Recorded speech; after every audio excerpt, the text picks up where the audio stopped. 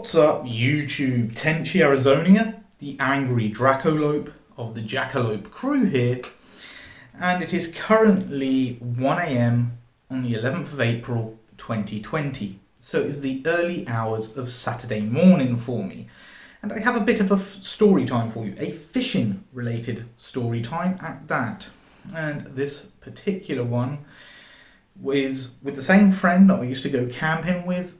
And this is the fishing trip I mentioned in a previous video that me and him took to the Isle of Wight. Specifically, Yarmouth on the Isle of Wight.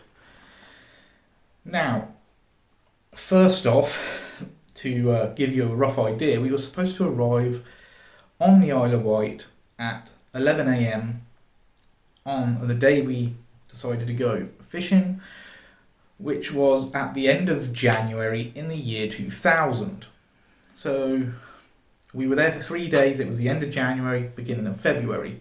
And we came back, I think, on the 2nd of February. So that gives you an idea of the 3 days we were there.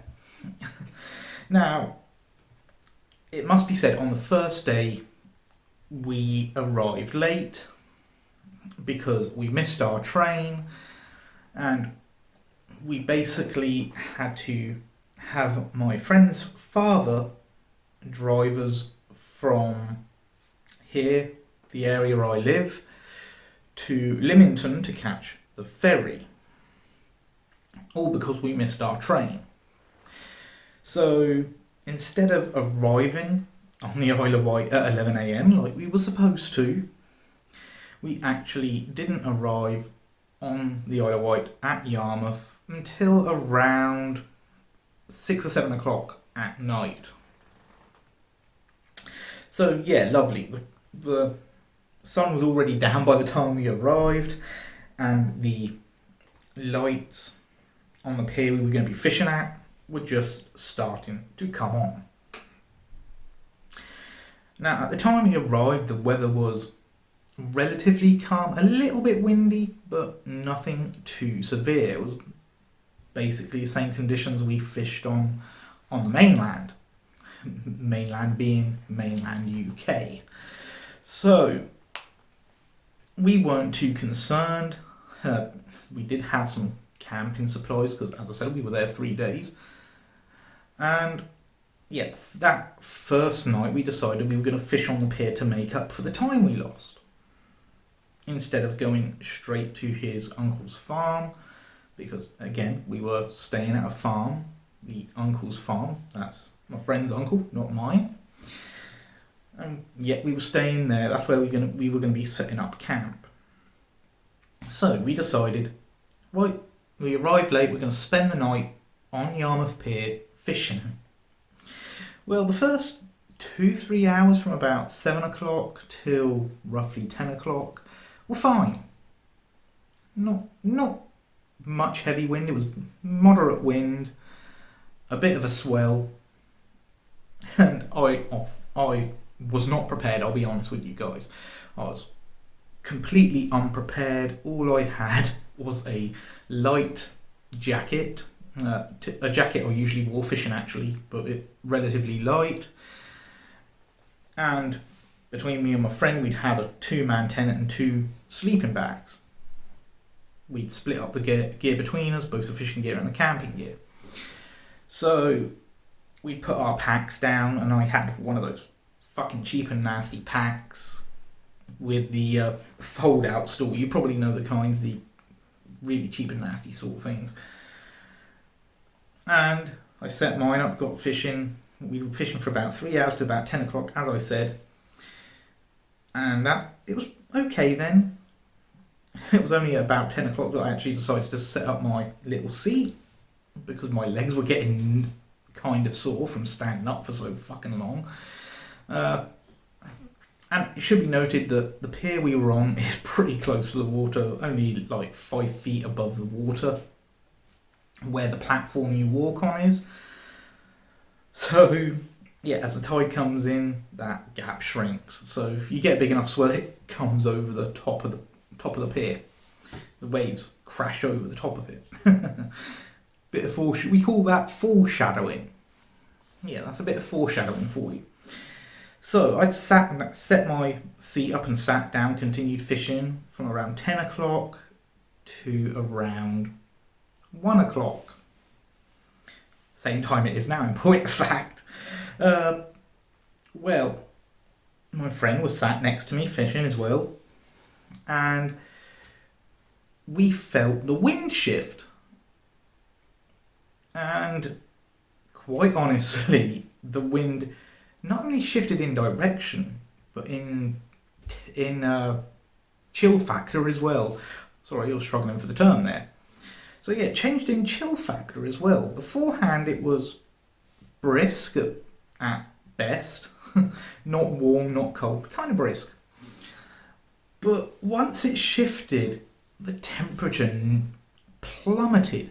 I tell you, it was about 10-15 degrees Celsius when we started fishing, which, granted, for that time of year is actually pretty warm.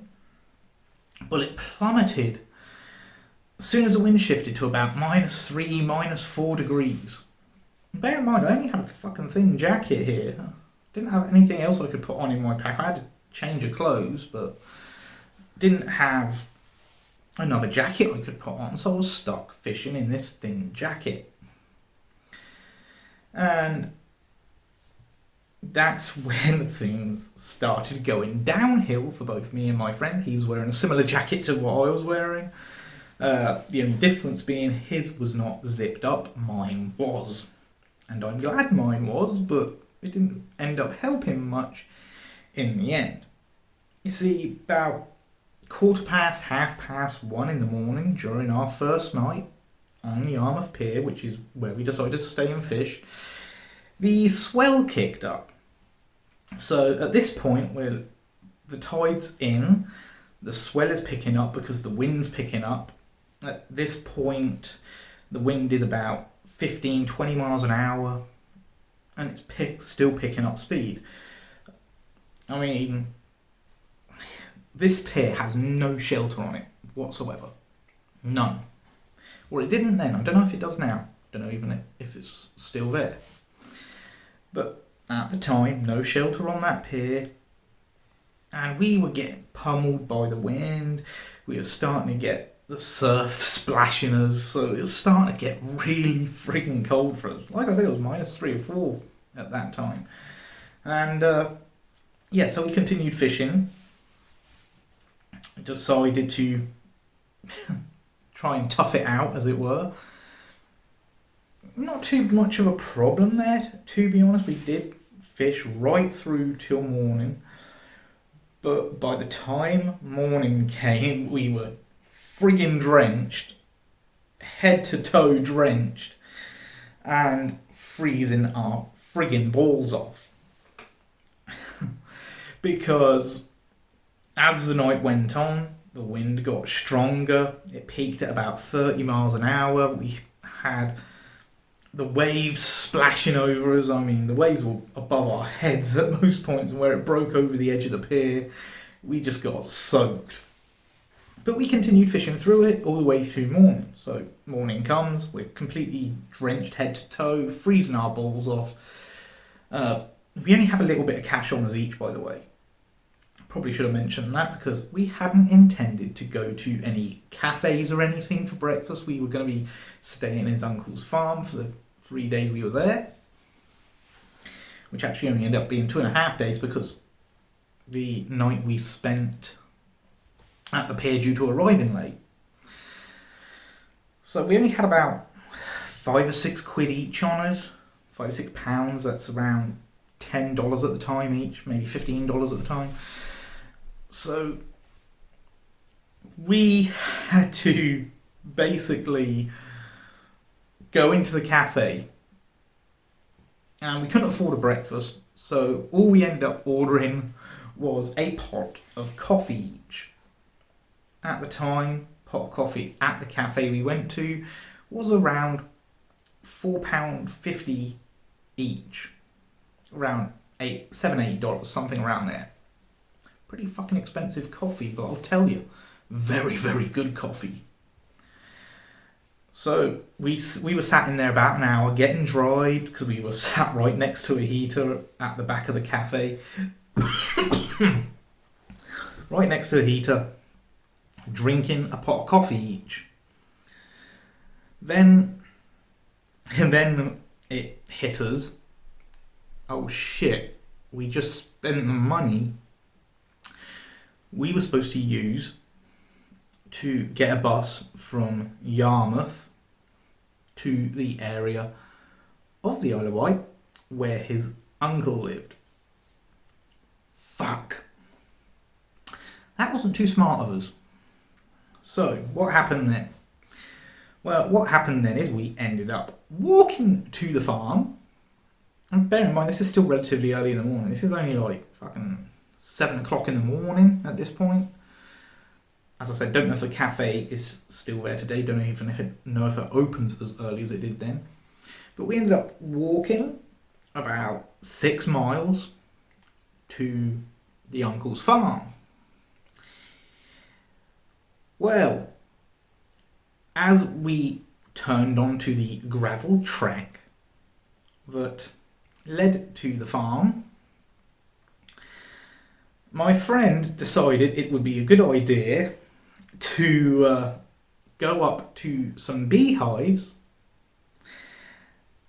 and yet there was a beekeeper living a few hundred yards away, a few hundred yards up the track, should I say. A few hundred yards up the track from where the uncle's property line started. So my friend, being the bloody idiot he was, decided he was going to go try and get some honeycomb from these hives. And these are the box hives, you know, the kind of just basic square box hive. And he lifted the corner of the lid on one and immediately got fucking swarmed by bees. Shit. This is January, so he was probably expecting them to be completely dormant. I know better. I've seen bees in January all my life. So he immediately got swarmed. He let go of the lid and fucking legged it. And I'm like, ah, shit. If he gets past me, I'm going to get swarmed. So I started friggin' legging it. And I didn't realise at the time that he was already ahead of me. So here I am legging it, and I've had a fucking bee go down my jacket. I got stung by the bee right in the gut. Fucking hurt like hell, to be honest. And yeah, so I threw my jacket off, unzipped my jacket, threw my jacket off, trying to get rid of this friggin' bee that had stung me. And I probably should have known better, because bees can only sting once anyway. And I was like waving my jacket around, trying to avoid getting stung by the other fucking bees that were still flying around us. Which didn't stop until we literally reached his uncle's property line.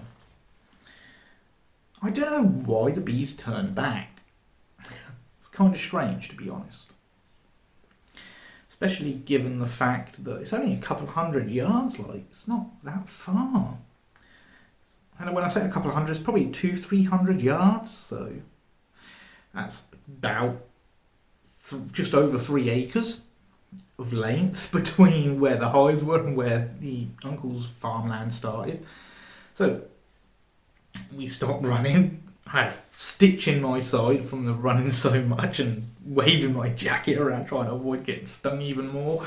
It's funny looking back on it. It wasn't at the time, trust me.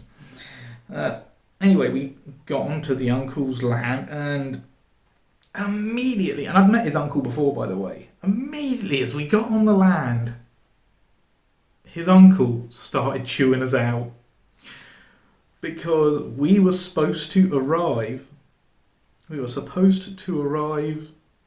at his farm at 5 o'clock the previous evening, so we could help him with the tasks in the morning. And this was a full-blown farm. Best equivalent I could give you Americans, which I know there's a lot of Americans in my audience. Best equivalent I could give you is a working ranch. Because he did keep cows, He also kept chickens, he kept some sheep, he had a few pigs. Fucking hated those pigs. Jesus Christ, they were assholes. And that was just for the few days I was there, by the way.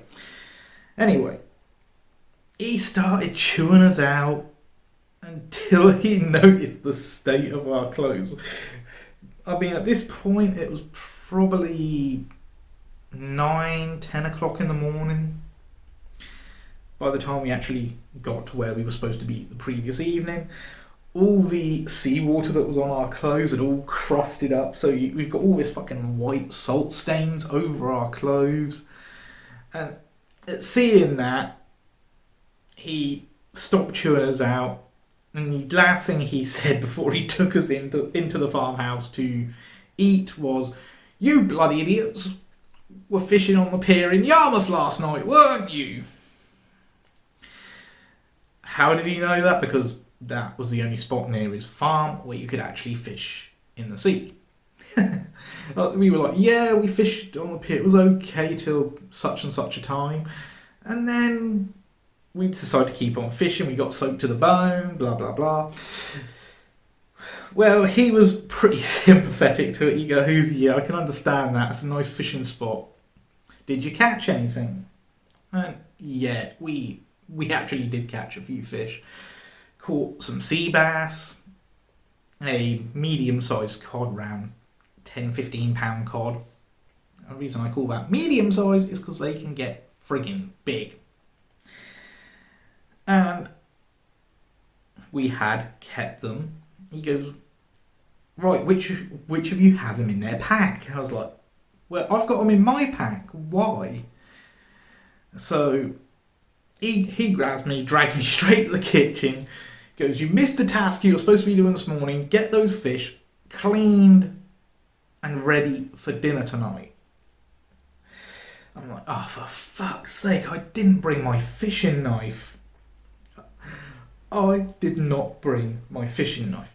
All I had at the time, this isn't the exact one I had, but all I had at the time was this, on something like this on my belt. Well, this exact model of knife, in fact, not this knife, but this exact model of knife. He goes, well, you don't have your fishing knife, do you have a pocket knife? And I pulled this out of my pocket. I go, I have this.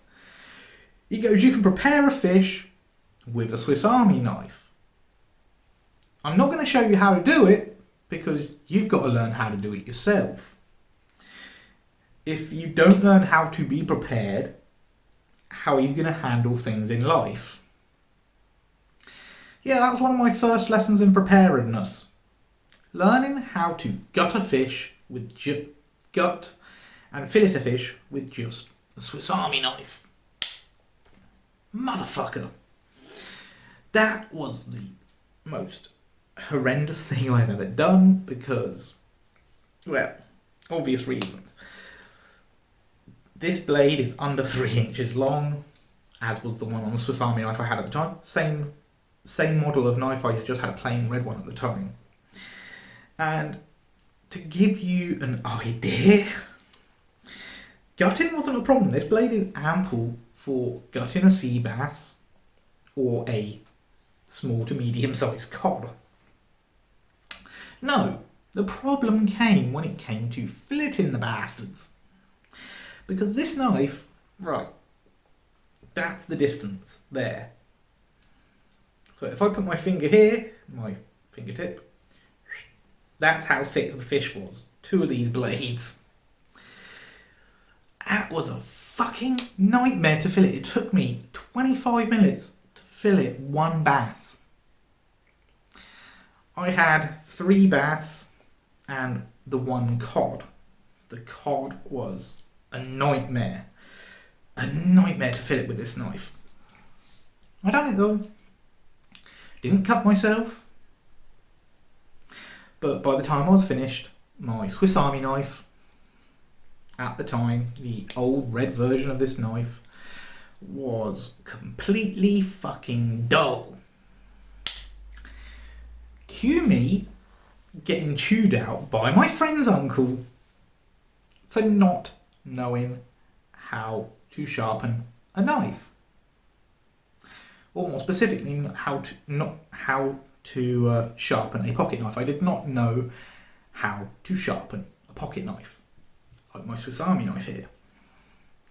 Bear in mind, at the time, pull-through sharpeners were really expensive, and all I had was a pocket sharpening stone, an Arkansas stone, which I had in my tackle box. I'd never used it myself, to be honest. I didn't have a clue how to bloody use it.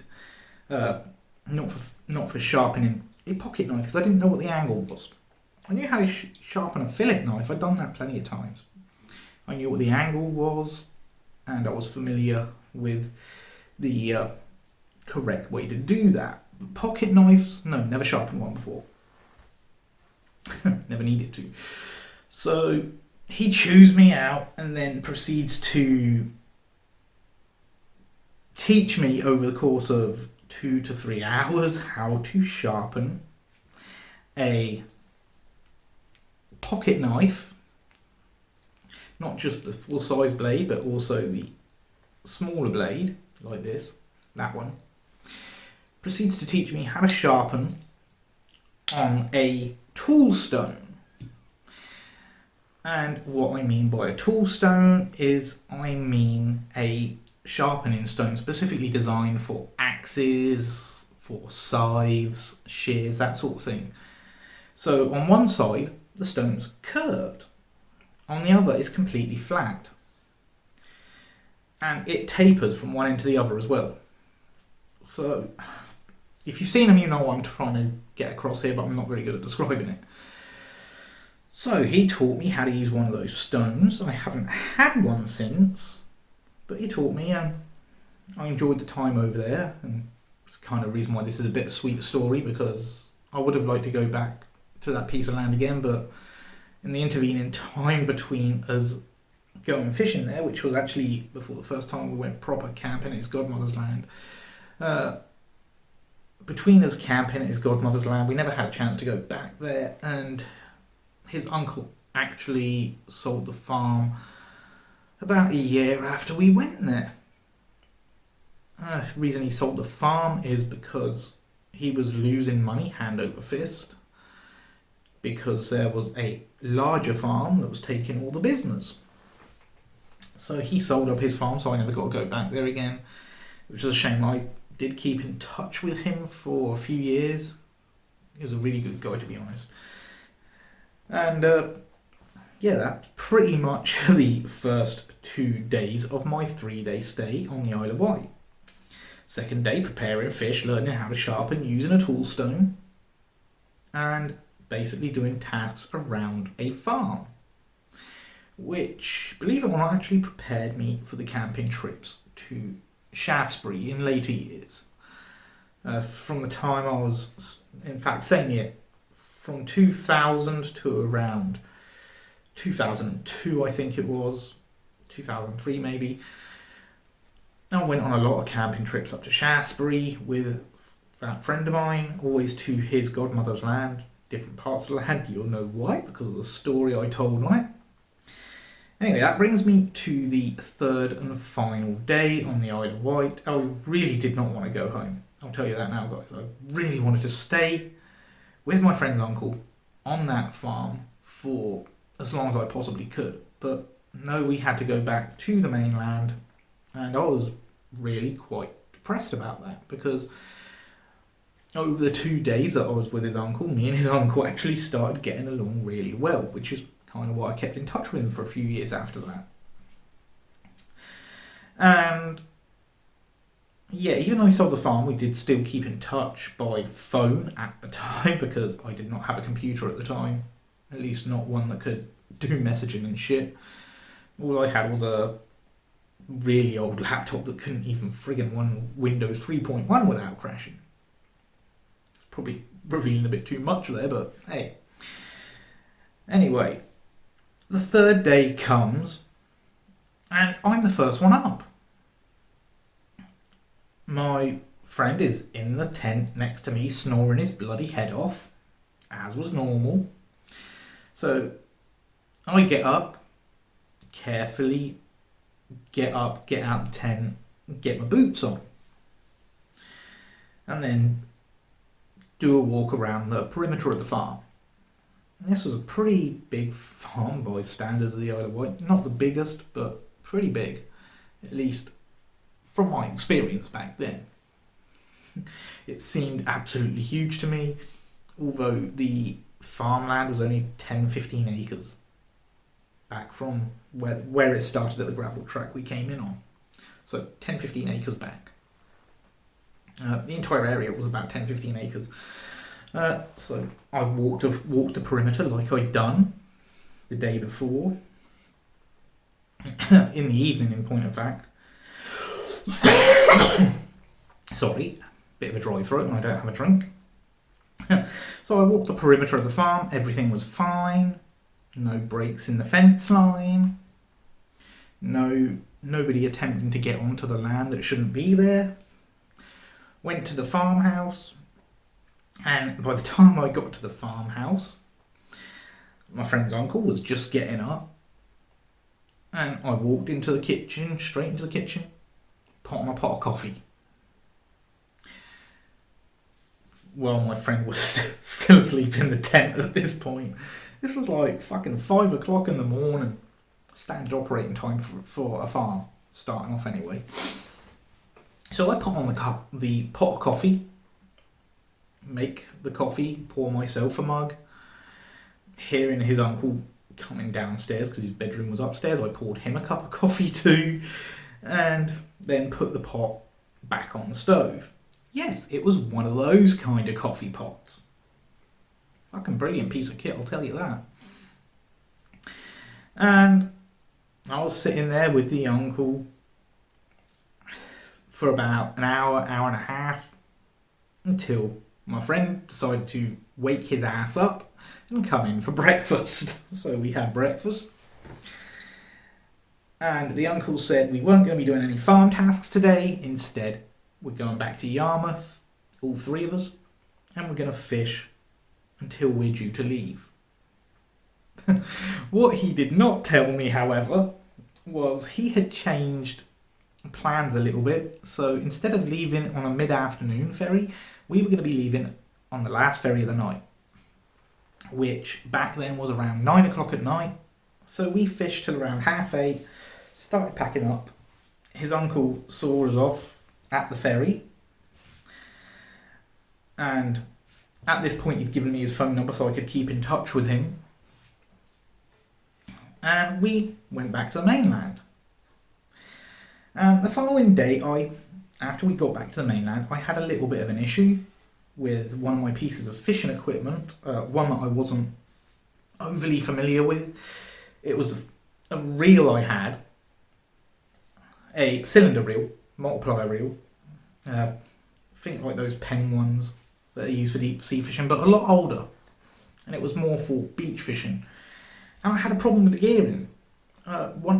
The gearing was starting to rattle. I didn't know how to fix it at the time, so I phoned up my friend's uncle because he said if I had any issues with fishing gear or with stuff I wanted to learn, give him a call. So I gave him a call. I told him what the problem was, and he immediately figured out what the fucking problem was. He said, open up the side of the reel. There's 3 screws. Undo the 3 screws. Take the side off. The side opposite the handle. So I done that. He goes, right, now you've done that, look for a bearing cage. There should be a little circlip. You'll have to remove the circlip to get to the bearing cage. Once you've done that, tell me what you see. So I done as he told me, got to the bearing cage, and I told him what I saw. I said, it looks like there is a ball bearing missing from the cage. There was a gap. He goes, right. It's a captive cage, so the bearings can't actually come out, but what can rarely happen with such old bearings is they can slide. So you could have 2 bearings next to each other like that. So you've got the race like this, and you'll have 2 bearings between the outer race and the inner race.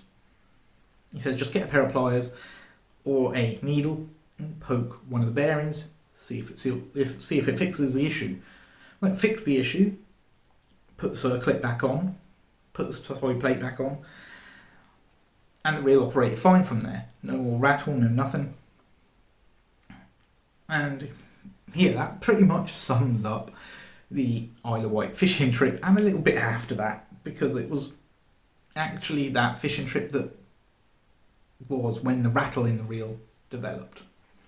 All it was one of the bearings had slipped out of place.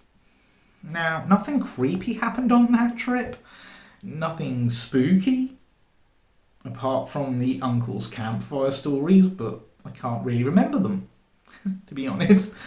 It was that long ago I can't actually remember them. Anyway, that's my story about the fishing trip I took to the Isle of Wight. And honestly, guys, it is a little bit of a bittersweet one for me, because I always wanted to go back to my friend's uncle's farm. I always wanted to go back there, spend a couple of weeks there, and the opportunity never came up, and then he actually sold the farm because a larger farm on the Isle of Wight was taking all of his business. Anyway, hopefully you enjoyed this story. It does tie into my other camping stories, because this is the trip that actually led to me going camping with that friend more often. And it was also one of the trips that kind of educated me about preparedness, which in these trying times that we are in right now seems something that is extremely, extremely relevant. Anyway, that's all for now. If you like it, please subscribe, comment, and share. And remember, be good to each other. I'm the Dracolope, bitch.